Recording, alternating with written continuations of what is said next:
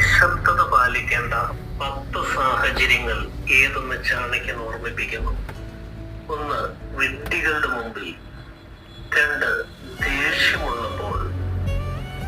3. ഗോസിപ്പുകളാൽ നാം ചുറ്റപ്പെടുമ്പോൾ. 4. ധാർഷ്ട്രീയ സ്വഭാവമുള്ള വ്യക്തികളുമായി ഇടപെടുമ്പോൾ. 5. ക്രൂരന്മാരുടെ അരികിൽ. 6.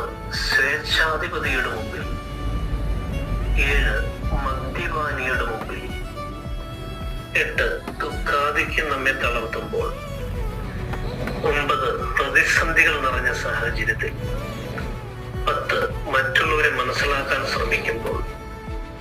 ഈ 10 സാഹചര്യങ്ങളിലും നിശബ്ദത പാലിക്കേണ്ടത് അത്യാവശ്യമാണെന്ന് ചാണക്യൻ ഓർമ്മിപ്പിക്കുന്നു.